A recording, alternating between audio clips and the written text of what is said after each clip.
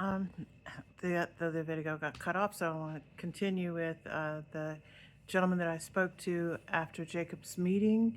He had told me that he did not intend to vote because Cindy's a Democrat and he could never vote Democrat, and the other person is, he used the word puppet for someone. So he was planning on not voting. I said, I understand that. You should vote whatever your heart is. The inspiring part to me was that he was open. We were able to have a conversation, in a very respectful conversation, disagreeing with each other on some things.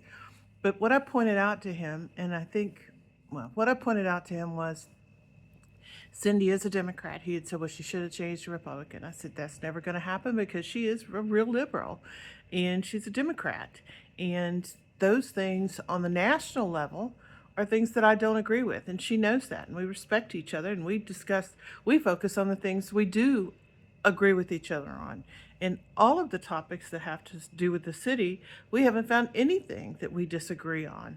So my hope for him and for all of you is that you will vote for the problems to be fixed in Sulphur. I don't care what liberal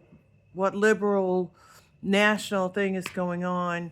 I care about Sulphur and I care about these problems, and I believe Cindy does too. She showed up at meetings and given all sorts of information to try and help change things. Neither one of us want to be politicians. We just want to get in there and implement some of our ideas and listen to the citizens and represent what the citizens want.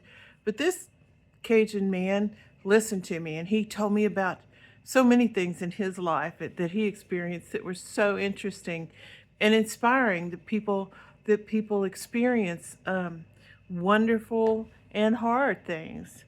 And what frustrates us on the national level has nothing to do with what's going on here.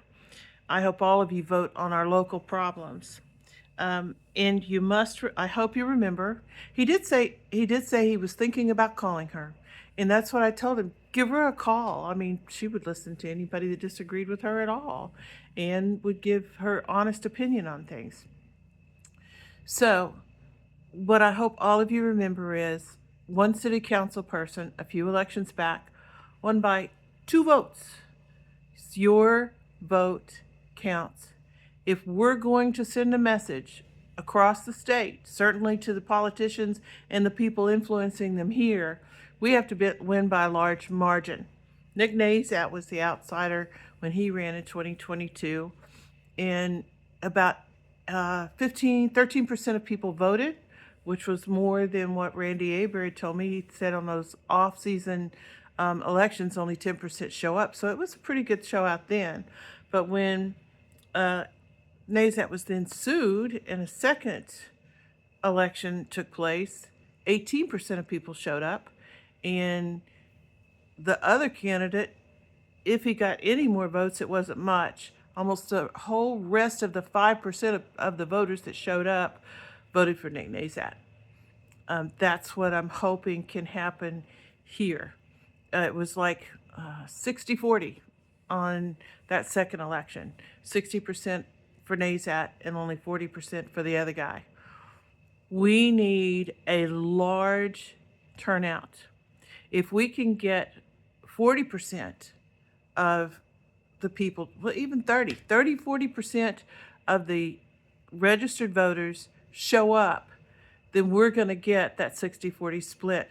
Or even in some of these elections, we're going to get a 70-30 split. And that's going to send a message.